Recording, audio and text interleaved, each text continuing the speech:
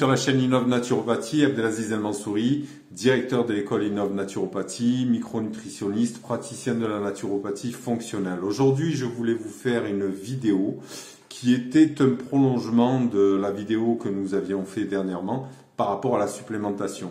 Donc le point que je voulais aborder par rapport à ce sujet aujourd'hui, c'est comment faire la différence entre les vitamines synthétiques et les vitamines naturelles. Je suis persuadé que beaucoup d'entre vous se sont déjà retrouvés dans une allée de magasins bio et à explorer les étagères une par une, prendre boîte après boîte et voir dessus marqué vitamines naturelles et les retourner pour se rendre compte qu'au final, en fait, même si c'est inscrit naturel, on n'est pas forcément certain que c'est un produit qui est complètement naturel. Et je vais aujourd'hui en fait vous expliquer la différence entre les vitamines naturelles et les vitamines synthétiques en vous donnant les trois différents paramètres. Ensuite, je vais vous exposer 4 inquiétudes à savoir vis-à-vis des suppléments synthétiques. Et ça, je pense que c'est assez important vraiment à étudier aujourd'hui. Et l'autre point, c'était comment savoir si mon supplément est naturel et synthétique. Donc aujourd'hui, c'est vraiment une vidéo qui est vraiment pratique, importante, qui va vous permettre de vraiment pouvoir faire des choix utiles, des choix intelligents et à savoir si je dois supplémenter ou pas et si au pire des cas je dois le faire, avec quoi je dois le faire et quels sont les suppléments qu'on me propose. Parce que c'est pas parce que la boîte est bien présentée que forcément c'est un produit qui va forcément faire des miracles et qui va être forcément naturel. Même si la boîte est verte et tout ça, comme on dit chez moi en Provence, c'est pas parce que l'histoire est bien racontée qu'elle est forcément belle. Donc le dernier point, ce sera aussi si les nutriments synthétisés ou isolés sont une bonne idée justement. Et aussi vous donner le nom commun des vitamines naturelles et biodisponibles. Donc en fait on terminera avec une liste de vitamines biodisponibles que vous pourrez aller à votre guise et surtout selon vos besoins aller choisir dans les étagères. Donc le premier point, c'est de savoir quelle est la différence entre les vitamines naturelles et synthétiques. Naturel, ça peut signifier beaucoup de choses en fonction de la personne à qui vous demandez, mais pour les besoins de cet exposé aujourd'hui, nous allons définir les choses des 3 manières suivantes. En fait, les suppléments naturels et biodisponibles, ils sont dérivés d'aliments entiers, tels que par exemple la cerise d'acérola, qui est une des plus connues. Ces suppléments, ils contiennent une variété de phytonutriments qui agissent ensemble pour soutenir la vitalité d'une manière que nous sommes encore en train de découvrir. Donc, ce que je disais la dernière fois par rapport à la synergie des micronutriments, c'est aussi vrai pour les composés phytochimiques ou les phytonutriments comme on les appelle. Ils peuvent être se présenter sous forme de capsules, de pilules. On va mettre des herbes séchées à l'intérieur, moulues. Vous connaissez tous les gélules, par exemple, de cumin, de curcumine, etc. Et on peut aussi les trouver sous forme liquide ou des extraits de teinture à base de plantes. Donc voilà ce qu'on appelle, nous, en phytothérapie, les teintures mères. L'autre catégorie, c'est les suppléments synthétiques à faible biodisponibilité. Ils sont habituellement fabriqués en laboratoire. Ces suppléments sont généralement des nutriments isolés. Donc ce que j'avais expliqué la dernière fois, ils ont tendance à être chimiquement identiques à leur homologue naturel, mais pas sur le plan moléculaire. Donc si ça fait un certain temps que vous n'avez pas lu un manuel de chimie, quand une chose est chimiquement identique, ça veut dire qu'elle contient tous les mêmes ingrédients que la forme naturelle. Et quand quelque chose est moléculairement identique, ça veut dire que tous les ingrédients sont disposés exactement dans le même schéma que la forme naturelle. Mais on verra plus tard qu'il y a malgré tout des différences. L'autre rubrique, c'est les compléments manufacturés, certains diraient synthétiques, avec une biodisponibilité élevée. Dans cette catégorie, il existe 2 types de suppléments, ceux qui ont été créés en laboratoire et ceux qui ont été raffinés à partir d'ingrédients naturels en nutriments isolés. La chose importante à savoir à leur sujet, c'est qu'ils sont à la fois chimiquement et moléculairement identiques à la façon dont on les trouve dans la nature. En d'autres termes, Bien qu'ils ne soient pas naturels dans le sens où ils ont été fabriqués ou transformés au point de ne pas ressembler à leur origine alimentaire complète, ils utilisent la forme naturelle et biodisponible optimale du nutriment. Donc, c'est la troisième catégorie. Donc, là où je vais vous expliquer, en fait, vous exposer les 4 inquiétudes avec les suppléments synthétiques. Malheureusement, en fait, le fait qu'une vitamine synthétique soit chimiquement et même moléculairement, comme je viens de le dire, identique à la forme naturelle, ça ne signifie pas automatiquement qu'elle aura le même effet sur notre métabolisme. En fait, c'est toujours la réaction biochimique entre ce que vous allez donner et vos cellules. Et par exemple, on va le faire d'une manière pratique, on va vous exposer 2 hormones, l'ocytocine et la pitocine, qui est l'ocytocine synthétique. Elles sont identiques, mais elles ont des effets différents sur l'organisme. La même chose peut être dite pour certains suppléments synthétiques, et je vais vous expliquer en 4 points pourquoi. Le premier point, c'est qu'ils n'utilisent pas les recettes secrètes de la nature, ce que j'ai expliqué dans plusieurs de mes vidéos. Disons que je vais vous l'imager de manière à ce que vous allez bien le comprendre. Donc, disons que vous avez une amie qui prépare des gâteaux aux carottes qui sont incroyables et qu'elle passe la porte avec un beau moule à pâtisserie dans les mains. Rien que de voir le beau moule, vous allez avoir déjà l'eau à la bouche. Et au moment où elle soulève le couvercle, pour révéler carottes, œufs, bicarbonate de soude et tous les autres ingrédients qui rentrent dans la composition, dans la recette du gâteau aux carottes, vous allez voir qu'il y a tous les bons ingrédients, ils sont tous là en fait, mais ils ne sont pas sous la forme que vous ou moi reconnaîtrions comme un gâteau aux carottes. Et en fait, c'est exactement la même chose qui se produit et qui peut arriver avec certains nutriments synthétiques. Tout comme nous reconnaissons immédiatement le gâteau aux carottes, lorsque tous les ingrédients sont assemblés de la bonne manière, notre corps reconnaît les nutriments lorsqu'ils sont structurés d'une manière particulière. C'est-à-dire que notre corps, de la même manière que nous, on va reconnaître le gâteau aux carottes quand il a été composé de la bonne manière et qu'on va le goûter et qu'on va se rendre compte que c'est vraiment le gâteau aux carottes, de la même manière, notre corps, lui, il est capable de faire la même chose. Donc la nature, elle a ses propres recettes et elle combine les nutriments d'une manière optimale. Et il y a tellement de sagesse innée dans ces formules que nous sommes encore en train de les découvrir et nous sommes pratiquement incapables de reproduire la nature telle qu'elle est. C'est pour ça que nous, on préconise toujours un aliment et un nutriment complet, parce qu'il y aura justement cette synergie et cette structure moléculaire, cette recette, si vous voulez, de mère nature, qui, elle, va être inimitable. Et donc, du fait qu'elle soit inimitable, elle est parfaitement compatible avec nos cellules. Donc, lorsque les constituants sont isolés et utilisés séparément, ils présentent moins d'avantages thérapeutiques. Les carottes, par exemple, à elles seules, ne comptent pas comme un gâteau aux carottes. Et les nutriments isolés ne sont pas la même chose que leur forme alimentaire complète. Ça, il faut bien le comprendre. Par exemple, on pensait qu'autrefois qu'une plante médicinale avait un constituant actif qui était la seule source de ses bienfaits thérapeutiques. Eh bien, au fil des temps, on s'est rendu compte et on a même appris qu'il existe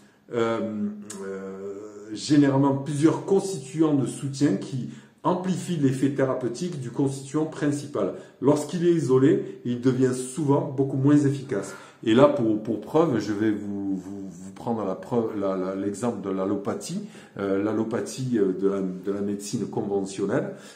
On se rend compte qu'il y a énormément d'effets secondaires et tout ça, et c'est une des causes. Je veux dire, le fait que la molécule soit isolée et qu'elle ne soit pas en synergie avec d'autres molécules qui peuvent agir comme des facilitateurs et tout un tas d'autres rôles, eh bien, ça peut poser problème. Donc, des fois, on va se rendre compte que le fait de prendre cette chose isolée, eh bien, c'est pas forcément un bienfait.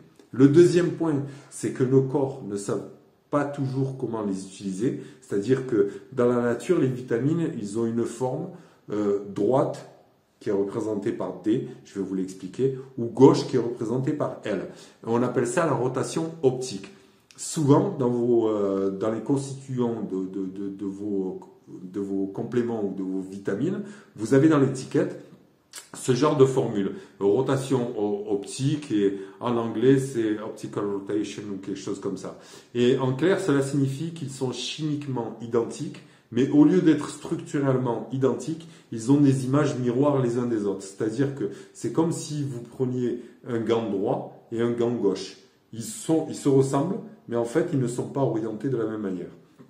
Mais certains nutriments, c'est la même chose. Certains sont droitiers, tandis que d'autres, ils vont être gauchers. Par exemple, la vitamine C, elle se présente dans la nature sous la forme d'acide L-ascorbique, mais pas d'acide D-ascorbique. Donc, voilà, juste en regardant le nom, on comprend là à quoi sert le L et à quoi sert le D. Et on voit que c'est deux formes vraiment différentes. Donc certains nutriments se présentent naturellement sous les deux formes, mais notre corps ne peut en utiliser qu'une seule. L'acide aminé, par exemple, arginine, on pourrait donner la forme L-arginine et la D-arginine. Elles existent dans la nature, mais seule la forme L est considérée comme biologiquement active. Pour comprendre pourquoi une image miroir fonctionne, mais pas l'autre, on peut imaginer que vous essayez d'assembler un puzzle et que vous trouvez deux pièces qui s'emboîtent. C'est ce qui se passe c'est exactement la même chose. Lorsqu'une vitamine, elle se fixe à un site récepteur de la cellule, elle s'y verrouille parce qu'elle s'adapte parfaitement. La même pièce fonctionnerait-elle si vous la retourniez et tentiez de la mettre en place? Non. Bien qu'elle ait la même forme, mais elle n'a pas la même orientation. Donc, que ce soit exactement la même pièce, elle n'est pas forcément orientée du bon côté. Donc, elle n'est pas correctement orientée. Et c'est le problème avec certains nutriments synthétiques, c'est-à-dire que même lorsqu'ils sont chimiquement identiques à ce que l'on trouve dans la nature, ils ne le sont pas toujours structurellement. Par exemple, lorsque c'est le cas, nos corps ne peuvent pas bien les utiliser. On va prendre l'exemple de la vitamine E, par exemple. Dans une étude, des chercheurs ils ont découvert que la vitamine E naturelle était absorbée 2 fois plus efficacement que la version synthétique. Dans une autre étude, on avait trouvé que la vitamine K naturelle, elle a été comparée à la K1 synthétique, et les chercheurs ont conclu que seulement un quart de la dose de la forme naturelle était plus efficace que la forme synthétique.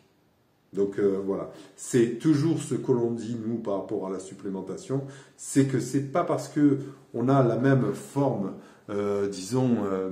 chimique, qu'elle est forcément moléculairement identique. Donc il y a un sens, il y a une orientation, et suivant qu'on utilise l'un ou l'autre, on aura plus ou moins de biodisponibilité. Le troisième point, c'est que certains de ces vitamines donc, qui ne sont pas biodisponibles, elles peuvent obstruer les sites récepteurs cellulaires. Une mauvaise absorption n'est cependant pas le seul problème, comme je viens d'expliquer. Lorsque la mauvaise forme est donnée à notre corps, elle peut obstruer les sites récepteurs qui pourraient être utilisés par des nutriments vraiment biodisponibles. Donc, c'est comme si on bouchait le port et qu'on empêchait les autres bateaux de rentrer. Et un exemple, c'est l'acide folique. C'est un composé synthétique que de nombreuses personnes, en particulier celles qui ont la mutation NTHFR, elles ne peuvent pas utiliser efficacement. Et lorsque l'acide folique est consommé, il se fixe aux sites récepteurs qui sont ensuite bloqués pour être utilisés par une forme plus disponible, telle que la méthylfolate. Donc, elle empêcherait la biodisponibilité de la méthylfolate du simple fait de l'avoir consommée parce qu'elle bloque le récepteur et parce qu'elle a pris une place qui, normalement, aurait dû être disponible, mais comme on a pris la mauvaise forme, et bien donc du coup ça rend l'autre, celle qu'on aurait pris après, qui aurait pu être utile, ça la rend caduque et inutile. Le quatrième point, c'est qu'elle ne se présente pas avec des doses anormalement élevées. Donc les vitamines, quand les fabricants ils utilisent, on sait qu'ils utilisent souvent des doses plus élevées pour essayer de surmonter justement le problème de faible absorption, donc de faible biodisponibilité. Mais cette approche, elle va présenter des inconvénients. La recherche, par exemple, elle suggère que notre corps ne métabolise pas bien l'acide folique, qui est synthétique. Il peut s'accumuler dans le corps et augmenter, par exemple, le risque de cancer. Donc ça, c'est encore un des points que j'avais décrit dans une de mes vidéos précédentes. Et on sait pertinemment que le fait d'utiliser de mauvaises formes, des formes isolées, comme par exemple pour l'acide folique, qui n'est pas bien synthétisé par notre corps, eh bien, on se rend compte que ça peut s'accumuler dans le corps et que ça peut augmenter le risque de cancer. Une autre étude elle avait révélé que 1 gramme de vitamine C synthétique par jour altérait la fonction mitochondriale et réduisait les performances sportives. Vous vous rendez compte? 1 gramme de vitamine C synthétique par jour altère la fonction mitochondriale. Rappelons que les mitochondries, ce sont vos usines à énergie, c'est celles qui produisent l'ATP. Donc, si vous commencez à réduire ou altérer la fonction des mitochondries, c'est la porte ouverte à beaucoup de problèmes. Et d'ailleurs, on voit qu'elle a réduit les performances des sportifs dans cette étude particulière. Il y a aussi une autre chose à considérer, c'est que certains nutriments, par exemple le calcium et le magnésium, ils se disputent l'absorption. Donc prendre des quantités excessives de l'un peut refouler l'autre. Et cela peut se produire même lorsque le supplément est créé en laboratoire, utilise la forme naturelle et biodisponible. Donc c'est une chose à savoir. Et des fois, moi déjà au niveau du calcium, c'est quelque chose que je refuse de supplémenter parce que ça peut créer plus de problèmes qu'autre chose. Et quand je fais une supplémentation, c'est toujours un radeau, c'est toujours sur un temps limité, c'est toujours en fonction de la personne. Enfin, je veux dire, c'est dans des conditions particulières parce que on peut créer plus de problèmes que ce qu'on va en régler. Donc voilà, là on va aborder le point de savoir comment savoir si mon supplément est naturel ou synthétique. Donc là c'est simple, hein. Il suffit de regarder l'étiquette. Si l'étiquette par exemple elle indique qu'il est fait à 100% de source végétale ou animale, on peut pratiquement être sûr que c'est naturel. Par contre, s'il dit simplement naturel ou à base d'aliments entiers, il peut contenir des ingrédients naturels enrichis de vitamines synthétiques pour le rendre plus puissant. Il ne faut pas oublier que les vitamines naturelles sont mieux absorbées que les vitamines synthétiques, comme on vient de l'expliquer, et nous n'avons donc pas besoin de mégadoses. Cependant, des doses élevées peuvent sembler être une bonne idée pour de nombreux consommateurs, et les spécialistes du marketing, ils utilisent ça en fait à leur avantage. Un exemple de supplément 100% à base de plantes serait le curcuma moulu dans une capsule de cellulose. Donc ça, c'est vraiment, enfin, je veux dire, on n'a rien rajouté. L'huile de foie de morue sans vitamine A ou D synthétique ajoutée serait un produit animal 100% naturel. Voilà. Donc moi, c'est ce que j'appelle là la supplémentation intelligente. Et j'avais cité justement la dernière fois l'huile de poisson Rosita. Le deuxième point, il faut regarder sur l'étiquette si une vitamine est répertoriée sous la forme DL. Elle est probablement synthétique. Par exemple, la vitamine E naturelle et le D-alpha tocophérol et la vitamine E synthétique et le DL-alpha-tocophérol. Donc, c'est là qu'on apprend à lire les étiquettes. Si j'ai le D-alpha-tocophérol, c'est de la vitamine E, je veux dire, alors on est pratiquement sûr qu'elle est naturelle, même 100% sûr. Par contre, si elle a la DL juste avant le alpha-tocophérol, là on peut être sûr que c'est une vitamine synthétique. Donc, c'est une des choses que vous devrez peut-être regarder sur vos étiquettes pour vous assurer que vous avez la bonne forme, la bonne formule et la bonne forme de supplément. Si l'étiquette, par exemple, dit dérivé de, il faudra peut-être creuser un peu plus. Par exemple, les étiquettes, elles proclament souvent souvent des vitamines B naturelles dérivées de la levure.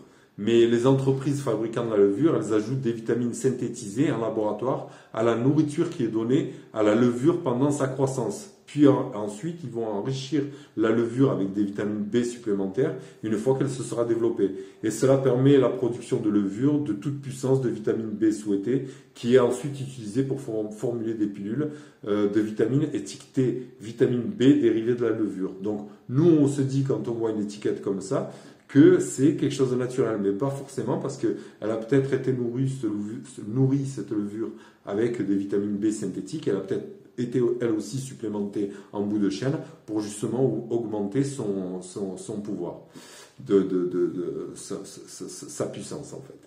Et ça peut se produire aussi avec d'autres nutriments, mais je pense pas que tous les suppléments qui utilisent le libellé dérivé de utilisent ce type d'approche, mais bon. Quand vous voyez ça, par exemple, dérivé 2, c'est peut-être une incitation pour vous d'aller appeler la société et d'aller demander un petit peu plus de précision à savoir qu'est-ce qu'ils entendent par le dérivé 2. Je veux dire, voilà, c'est pas forcé que ce soit quelque chose de mauvais, c'est peut-être quelque chose de bien. Il faut juste aller poser la question et aller se renseigner. C'est ce que j'appelle moi la traçabilité du produit. C'est vraiment savoir d'où il vient, qui le fait, comment ça se fait, etc. avant de juste le prendre. Parce qu'une vitamine n'en vaut pas une autre, même si, comme je l'ai dit tout à l'heure, si elle est bien emballée. L'autre point, si l'étiquette, elle répertorie des nutriments isolés comme la vitamine C ou l'acide ascorbique, c'est probablement synthétique. Par exemple, si on prend un produit qui prétend avoir de la vitamine C et qu'il énumère un ingrédient alimentaire entier tel que l'églantillé ou la poudre de cerise acérola sur l'étiquette, c'est probablement naturel. Par contre, comme je l'ai mentionné juste avant, certains suppléments sont raffinés en nutriments isolés provenant de sources naturelles d'une manière avec laquelle je me sens à l'aise. Je veux dire, il y a plus d'informations. Enfin, je veux dire, pour moi, c'est vraiment, enfin, j'opte pour les nutriments dans la catégorie, comment dire, qui vont être plus comme les suppléments minéraux, naturels, des produits entiers, comme par exemple l'huile de poisson Rosita, qui ne contient aucun ajout et aucune altération dans sa fabrication parce qu'ils sont fabriqués à la main, donc il n'y a pas de problème pour que l'huile devienne rance ou quelque chose comme ça. Je veux dire, là on est pratiquement sûr d'avoir la traçabilité du produit et surtout on est sûr d'avoir une forme naturelle et une forme qui est biodisponible, c'est-à-dire qu'elle va être chimiquement identique et moléculairement identique. Et là, sous sa forme la plus naturelle, parce qu'elle n'est pas passée en laboratoire,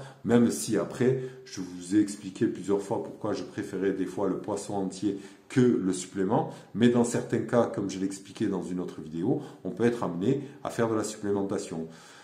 Le point sur tous les suppléments minéraux, eux, on peut être pratiquement sûr qu'ils sont tous naturels, même synthétisés. Tous les suppléments minéraux sont vendus sous des formes que l'on trouve dans la nature. Cependant, certains sont mieux absorbés que d'autres. Les oxydes et les chlorures ont tendance à avoir de faibles taux d'absorption. En outre, comme c'est le cas avec d'autres suppléments, ils sont souvent enrobés de graisses hydrogénées, et telles que par exemple, je ne sais pas si vous connaissez, la stéarate de magnésium et l'acide stéarique qui inhibe l'absorption en fait. Donc voilà, ça peut être un des problèmes avec les suppléments minéraux. Mais bon, la plupart des suppléments minéraux sont pratiquement tous donnés sous la forme naturelle. Les nutriments synthétisés ou isolés, est-ce que c'est une bonne idée? Enfin, moi je pense que des fois ça peut l'être. Par exemple, si l'un de mes enfants développe une infection des voies urinaires, vous pourrez être sûr que je vais sauter sur le D-mannose. C'est un nutriment, en fait, le D-mannose qui est isolé, et en général j'opte pour des nutriments qui ont tous leurs cofacteurs, comme j'expliquais par exemple par rapport à l'huile de foie de morue. Je préfère moi toujours des nutriments qui ont tous leurs cofacteurs naturels, mais le D-mannose, c'est une de ces exceptions. Ça veut dire que pour obtenir suffisamment de nourriture, mes enfants ils devraient manger une tonne de fruits par exemple. Alors que ça augmenterait leur taux de sucre, ça apporterait plus de problèmes qu'autre chose. Donc de donner du D-mannose, dans des cas comme celui-là, que je viens de mentionner, par exemple pour une infection urinaire, l'utilisation de la forme naturelle ou biodisponible de nutriments, quelle que soit la manière dont il a été fabriqué, peut être extrêmement utile. Bien sûr, chaque fois que j'utilise le supplément comme celui-ci, comme traitement, je cherche également à traiter en parallèle la cause et aussi à apporter des moyens naturels à rétablir une alimentation optimale pour pouvoir faire en sorte que mon fils puisse se débrouiller tout seul. Donc bien qu'ils soient des nutriments isolés, les suppléments créés en laboratoire qui sont sous leur forme naturelle ou biodisponibles, ils peuvent être utiles pour une supplémentation ciblée, comme je l'ai expliqué dans une autre de mes vidéos. Et par cela, je veux dire qu'une supplémentation ciblée peut aider à corriger une carence, tandis que l'individu travaille sur des facteurs de style de vie, sur tout ce qui est l'exposome et tout ce sur quoi nous, en tant que praticiens de la médecine fonctionnelle, on travaille. Donc, en attendant, c'est toujours comme je dis, c'est un radeau qui va essayer de nous aider, qui va nous apporter un mieux, en attendant de faire mieux avec le travail qu'on fait sur l'exposome. Donc, les noms communs des vitamines naturelles et biodisponibles, je vais vous donner une liste là, qui est non exhaustive, mais une liste qui peut être intéressante. La plupart du temps, si une vitamine particulière est inscrite sur une étiquette, c'est un nutriment isolé qui a été ajouté à la formule. Cependant, il existe des exceptions. Par exemple, l'huile de poisson que j'achète, elle ne contient pas de vitamine A et D synthétiques, mais parce que les consommateurs veulent savoir exactement ce qu'il y a sur les étiquettes. Elle précise sur l'étiquette nutritionnelle exactement s'il y a telle ou telle vitamine. Mais si ce n'est pas le cas, c'est toujours une occasion de rentrer en contact avec le producteur, surtout quand vous êtes un thérapeute, et de lui poser toutes les questions nécessaires avant de préconiser telle ou telle forme de supplémentation. Et donc une liste qui n'est pas exhaustive, mais j'espère que vous allez la trouver utile pour déterminer si les nutriments contenus dans vos suppléments sont biodisponibles de manière optimale. On va commencer par la vitamine A, le rétinol. Les étiquettes nutritionnelles elles indiquent souvent qu'un aliment contient une quantité X de vitamine A, mais ce qu'elle signifie vraiment, c'est qu'il contient des caroténoïdes, tels que les bêta-carotènes. Et malheureusement, comme on l'a vu dans une de nos vidéos, le bêta-carotène n'est pas biologiquement actif et donc différent de la forme biodisponible de la vitamine A, qui est la rétinol. Trouvé dans les produits animaux, comme on l'avait dit, dans le foie, dans l'huile de poisson, etc., dans énormément de choses, dans le beurre, dans les œufs, dans énormément de produits comme ça. En fait, une étude a révélé que seulement 3% environ des bêta-carotènes sont convertis en rétinol et qu'environ 45% des adultes ne peuvent pas du tout effectuer cette conversion. Donc c'est vraiment une chose à savoir, c'est que si vous allez vous supplémenter en vitamine A et que vous prenez de la bêta-carotène, vous avez vraiment énormément de chances que ce ne soit pas une forme qui soit vraiment convertible et donc au final biodisponible. La vitamine B1, la thiamine, c'est la prophosphate de thiamine et la triphosphate de thiamine. La vitamine B2, la riboflavine, vous avez la riboflavine 5-phosphate et la flavin mononucléotide. J'étais obligé de l'écrire celle-là parce que j'arrivais pas à la dire. La vitamine B3, vous avez la niacine, donc la nicotinamide, adénine dinucléotide. Ensuite, vous avez la vitamine B5, c'est l'acide panthénique et la panthénine pyridoxine. La vitamine B6, vous avez la pyridoxine, la pyridoxale 5-phosphate. La vitamine B9, donc le folate, c'est l'acide folique et la tétrahydrofolate de 5-méthyle. Donc, on avait expliqué aussi que l'acide folique, ce n'était pas du tout comme le folate. Et la tétrahydrofolate de 5-méthyle, c'est déjà la forme méthylée. Donc déjà, celle-là, c'est une forme qui est déjà beaucoup plus biodisponible. Ensuite, vous avez la vitamine B12 cobalamine, méthylcobalamine et adénosylcobalamine. Moi, je sais que je préfère la forme méthylcobalamine et encore mieux si on arrive à trouver la forme liquide, injectable, intramusculaire. C'est vraiment de loin, surtout quand on a des gens comme les problèmes de sclérose en plaques, comme les autistes, etc., qui sont souvent carencés en vitamine B12, c'est un bon moyen de sauter le système digestif et d'aller directement sous la forme méthylée dans le cycle de Krebs et pour vraiment remplir son rôle. Ça peut être vraiment un boost en attendant qu'on fasse le travail à côté, comme j'expliquais, c'est un super radeau de le prendre sous cette forme. Ensuite, vous avez la choline, c'est la phosphatidéalcholine. Ah, ils ont des noms des fois. La choline, ouais. Donc ensuite, vous avez la vitamine C, l'acide L-ascorbique trouvé dans une orange est à la fois chimiquement et moléculairement identique à la version synthétique. Cependant, je pense personnellement que les bienfaits de la vitamine C sont fortement liés aux cofacteurs présents dans les aliments entiers et j'opte donc pour des aliments et des compléments alimentaires entiers tels que la cerise acérola séchée par exemple. Donc il vaut mieux la prendre sous cette forme que de prendre une forme synthétique. La vitamine D3, cependant, c'est une supplémentation en vitamine qui ne peut ne pas avoir tous les mêmes avantages que le soleil ou ce qu'on trouve dans les aliments. Donc moi, je préconiserais toujours en premier lieu de prendre le soleil, etc., etc. Et au pire, j'essaierai de le donner sous une forme naturelle, mais de donner une forme D3 synthétique, c'est peut-être pas aussi efficace que la manière naturelle. Et enfin, la vitamine K2, la ménaquinone, qui est métaquinone 7, c'est souvent appelé MK7 pour faire plus simple, ça évite de se tordre la bouche. C'est une forme qui est vraiment active. Voilà. Donc, ben, écoutez, j'espère qu'aujourd'hui, cette vidéo, elle vous aura aidé à vraiment comprendre ce qu'est la synergie entre les micronutriments et à comprendre vraiment la différence qu'il peut y avoir entre avoir une formule chimiquement identique et une composition moléculaire identique. Et même si elles arrivent à avoir les deux, ce que je donnais par rapport à l'exemple du gâteau, d'avoir tous les ingrédients, c'est pas forcément un gâteau aux carottes. Donc voilà.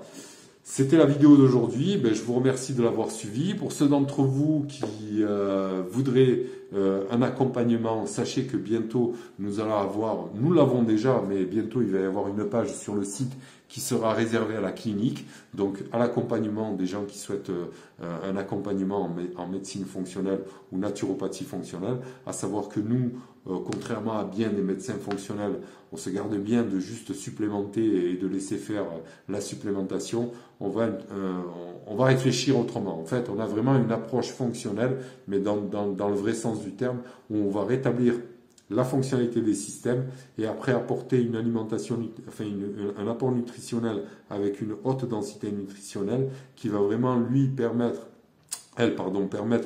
au corps de faire son travail, et à ce moment-là, on sait que le corps travaille mieux. Et après, il faut tout faire intelligemment, comme j'expliquais la dernière fois, il ne faut pas avoir de dogme. Si on a besoin de supplémenter, on le fera, mais dans une certaine forme, sous certaines conditions et dans un certain laps de temps. Voilà. Écoutez, je vous remercie d'avoir suivi cette vidéo et je vous dis à très bientôt pour une autre vidéo et un autre sujet, j'espère.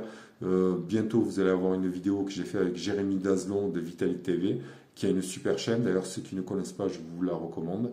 Et après ça, j'espère continuer un petit peu sur la lancée et voir si je ne vais pas vous faire quelque chose par rapport à la génétique, etc. Voilà. Donc, je vous souhaite une bonne journée ou une bonne soirée, quel que soit le moment où vous regardez cette vidéo.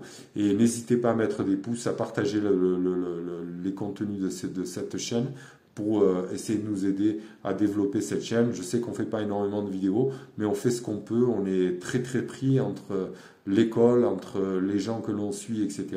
Donc à chaque fois que je pourrai, je vous ferai une vidéo. Voilà, je vous remercie. Au revoir.